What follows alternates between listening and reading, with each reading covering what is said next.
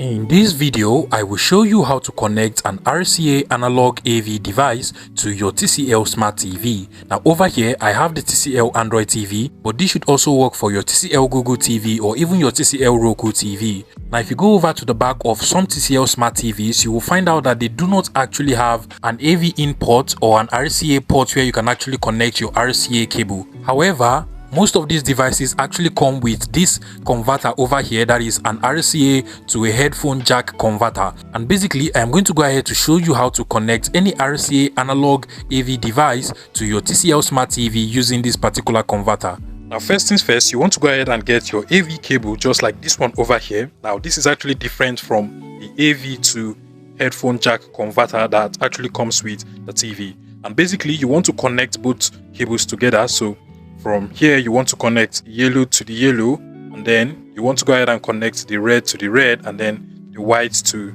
the white cable over here, just like so. Now go over to your analog device, and then go ahead and do the same thing. You can literally see my analog device over here. I'll just go ahead and connect the yellow, the white as well. Then over here, I'll go ahead and connect the red. Now you also want to make sure that this device is turned on, so I'll go ahead and power mine.